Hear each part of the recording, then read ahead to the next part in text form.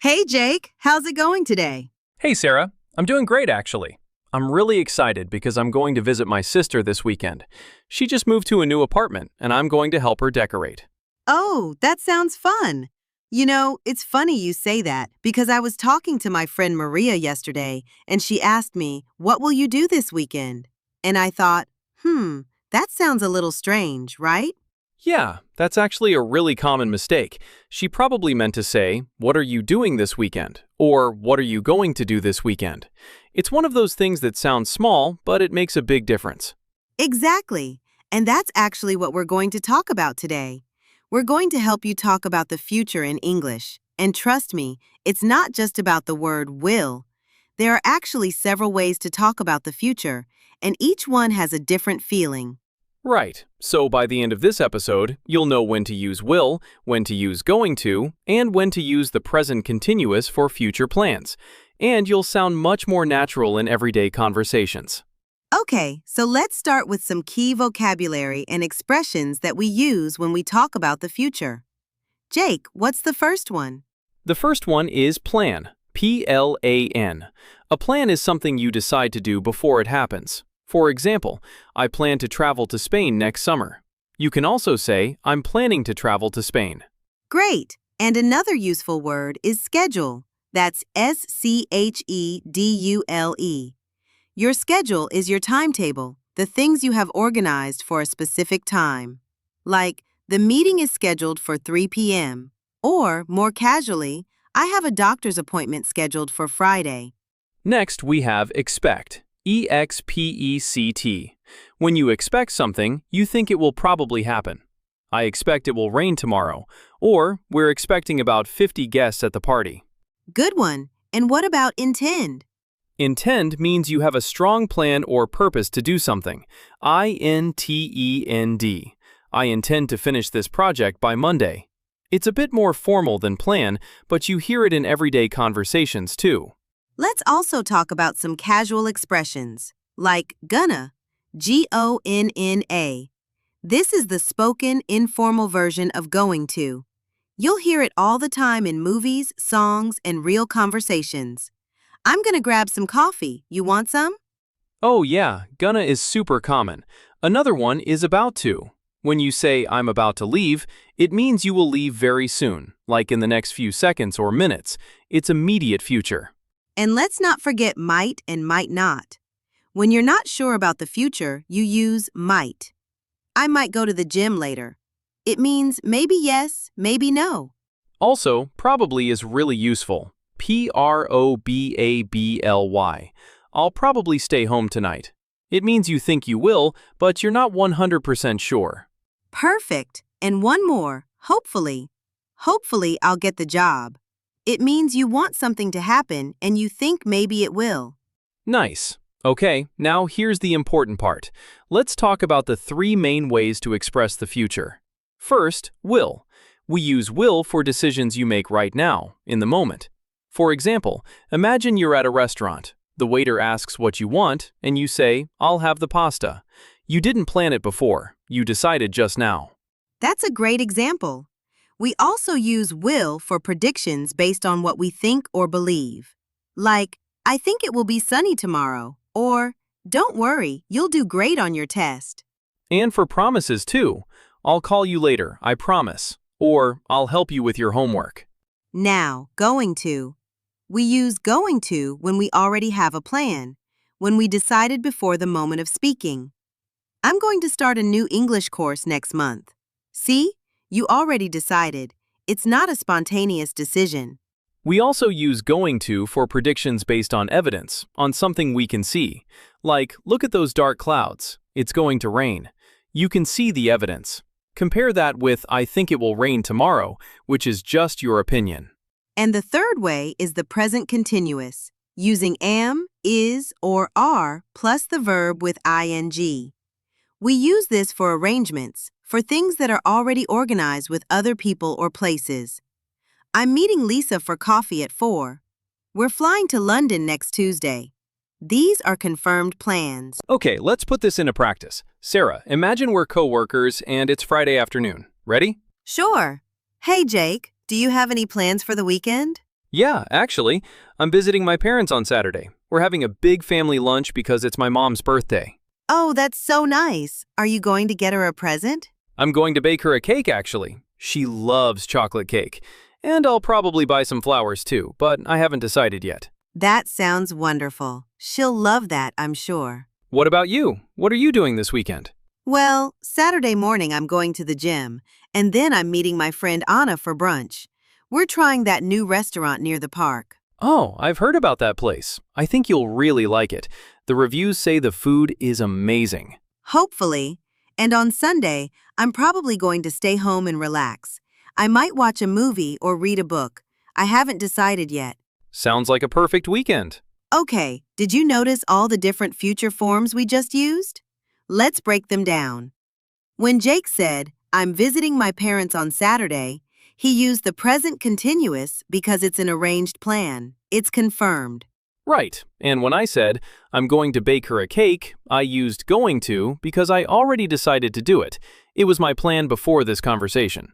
And when you said, "I'll probably buy some flowers," you used will because it's not a firm plan yet. It's more of a spontaneous idea. Exactly, and when Sarah said, I might watch a movie, she used might because she's not sure yet. Great. Now let's try some different situations. Jake, let's imagine we're friends talking about vacation plans. Oh, I love this topic. Hey Sarah, have you thought about your summer vacation yet? Yes, I'm going to Greece this summer. I've been planning it for months. No way, I'm going to Greece too. When are you going? I'm flying out on July 15th. I'm staying in Santorini for a week. That's amazing. I'm going in August. I'm going to visit Athens first, and then I'll probably go to some islands too. You should go to Crete. I think you'll love it. The beaches are supposed to be incredible. Good idea. I'll look into it this weekend. Are you going to try the local food? Of course. I'm going to eat so much Greek food. I'm definitely going to try fresh seafood every single day.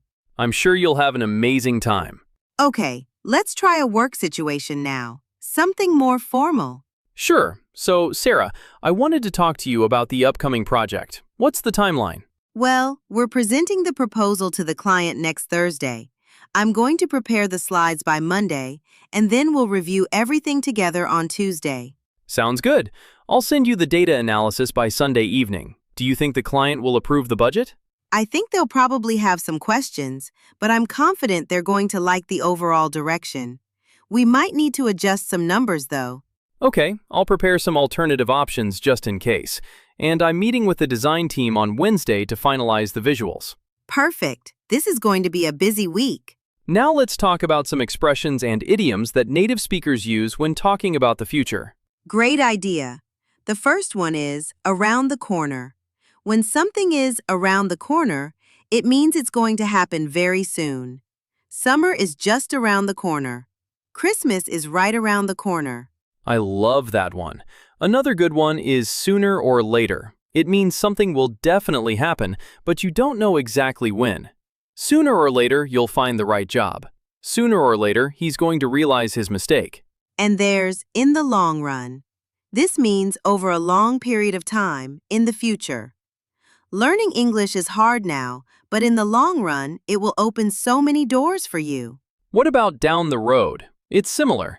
Down the road, I'd like to start my own business. It means in the future, but not right away. There's also time will tell. It means we'll know the answer in the future. Do you think they'll get married? I don't know. Time will tell. And one of my favorites, cross that bridge when we come to it. It means don't worry about a future problem now, deal with it later. What if it rains during the picnic?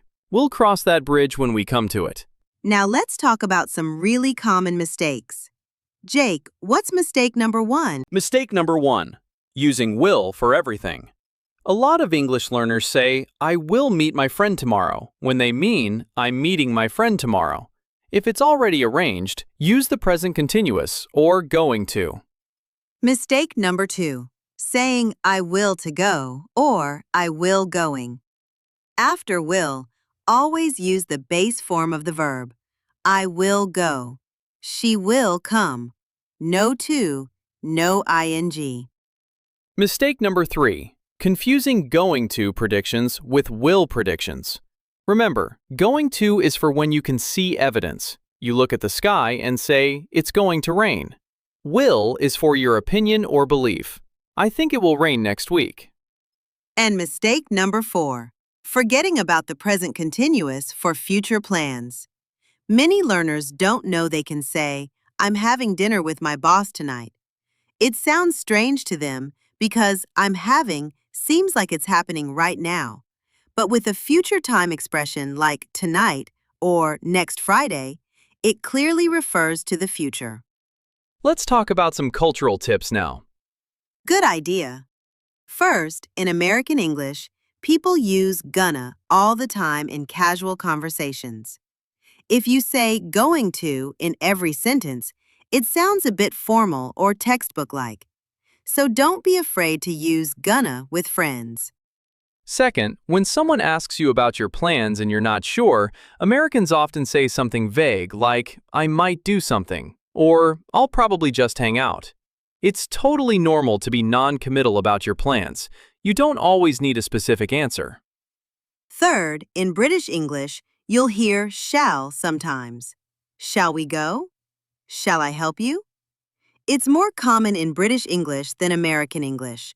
In America, we'd say, should we go? Or, do you want me to help? And fourth, when making plans with someone, Americans usually confirm by saying, so I'll see you at 7? Or, so we're meeting at the cafe? They like to confirm the details at the end of the conversation. Okay, let's do some quick practice. I'll give you a situation, and you think about what you would say. Ready? Let's do it. Situation 1. Your friend asks what you're doing tonight. You already have dinner plans with your family. What do you say? I'm having dinner with my family tonight. Present continuous because it's already arranged. Situation 2. You're at a cafe and your friend can't decide what to order. You look at the menu and make a quick decision. What do you say? I'll have a cappuccino. Will because it's a spontaneous decision, right now. Situation 3. You see a child running near a swimming pool. What do you say? Careful, he's going to fall. Going to because you can see the evidence. Situation 4.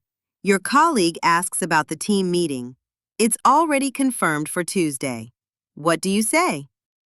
We're having the meeting on Tuesday at 10 a.m. Present continuous for a fixed arrangement. Situation 5. Your mom asks if you'll help her move this weekend. You want to say yes. What do you say? Of course, I'll help you, no problem. Will for a promise or offer.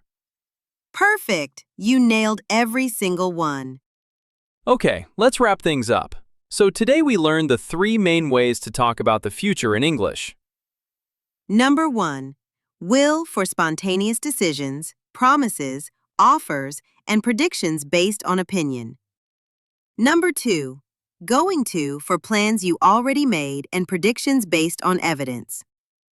And number 3. The present continuous for confirmed arrangements with other people or places. Plus some great expressions like around the corner, sooner or later, in the long run, and cross that bridge when we come to it. Here's your homework. This week, try to use at least 3 different future forms in your daily English practice. Talk about your plans for next week. Make a prediction about the weather and make a promise to someone. And write a comment below telling us, what are you going to do this weekend? Try to use going to, will, and the present continuous in your answer. We'll read every single comment. Don't forget to subscribe and hit that bell so you don't miss our next episode. We'll be back soon with more fun English practice. See you next time, everyone. Keep practicing, and remember, sooner or later, you're going to speak English like a pro. Bye, everyone. Second, eye contact is important in English-speaking cultures. When you're making small talk, look at the person. Not staring, but friendly eye contact shows you're engaged. Third, Americans in particular tend to be very enthusiastic in small talk. Don't be surprised if someone says, "Oh, that's amazing," about someone totally ordinary. It's just how the culture works. And fourth, British people and Americans have different small talk styles. British people talk about the weather a lot more and tend to be more reserved. Americans are generally more open and enthusiastic with strangers. Good to know. All right, Sarah, let's wrap up with some practice scenarios. We'll give a situation and then a model response. Scenario 1. You're in an elevator with a coworker. You could say, "Hey, happy Friday. Got any plans for the weekend?" Scenario 2. You're at a coffee shop and someone sits at the table next to you. Try, "Excuse me, have you tried the iced latte here? I can't decide what to order." Scenario 3. You're waiting at the doctor's office. You could say to the person next to you, "I can't believe how long the wait is today. Have you been waiting long?" Scenario 4. You meet your neighbor in the hallway. Try, "Morning. The weather's supposed to be really nice this weekend. Are you planning to do anything outdoors?" And scenario 5. You're at a networking event. You could say, "Hi, I'm Sarah. This is my first time at one of these events. Have you been before?" Perfect. So let's recap what we learned today. First, small talk is about light, casual conversation. Keep it simple and friendly. Second, use easy conversation starters, greetings plus a question, comments about your environment, or the golden topics, weather, weekend, work, food, and travel. Third, always ask follow-up questions and show genuine interest. And always use "How about you" to keep the conversation going. Fourth, avoid heavy topics like politics, religion, age, and money with people you don't know well. And fifth, don't try to be perfect. Small talk is about connection, not grammar. For your homework this week, try to start one small talk conversation in English every day. It can be with anyone, a colleague, a barista, a neighbor. Just one small conversation. And if you found this episode helpful, please give it a thumbs up and subscribe to our channel. We post new episodes every week to help you practice your English. And leave us a comment. Tell us, what's the hardest part about making small talk for you? We'd love to know. Thanks for listening, everyone. Keep practicing, keep talking, and we'll see you in the next episode. Bye, everyone. Have a great day. See you next time. That's right. Keep going. We'll see you in the next episode. Bye, everyone. Bye. Happy thinking in English. That was beautiful, Jake. And that's actually a great way to practice your English, by encouraging other people in English. You practice your speaking, and you make someone's day better. It's a win-win situation. A win-win means both people benefit. You practice your English, and they feel better. Everybody wins. And one more. Scenario 5. You're having a bad day with English. Nothing is making sense. What do you tell yourself? I would say, it's okay to have a bad day. This doesn't mean I'm failing. Tomorrow will be better. I just need to take it one step at a time. That was perfect. And honestly, talking to yourself in English is one of the best things you can do. It's free, you can do it anywhere, and nobody is judging you. Self-talk in English. That's actually a great habit to build. Absolutely. All right, let's wrap things up.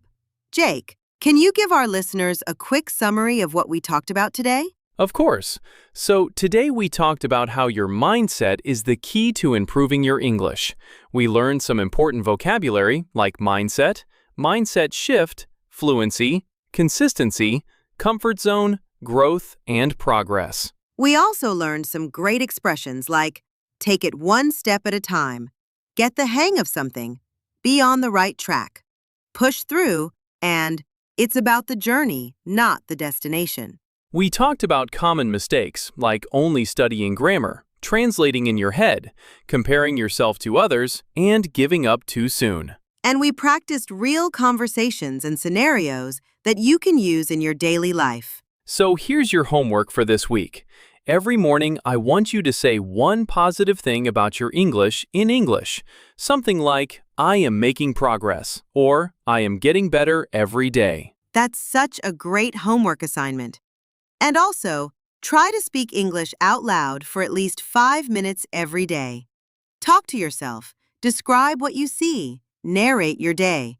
Just get those words out of your mouth. If you enjoyed this episode, please hit that subscribe button and leave us a comment telling us about your English learning journey.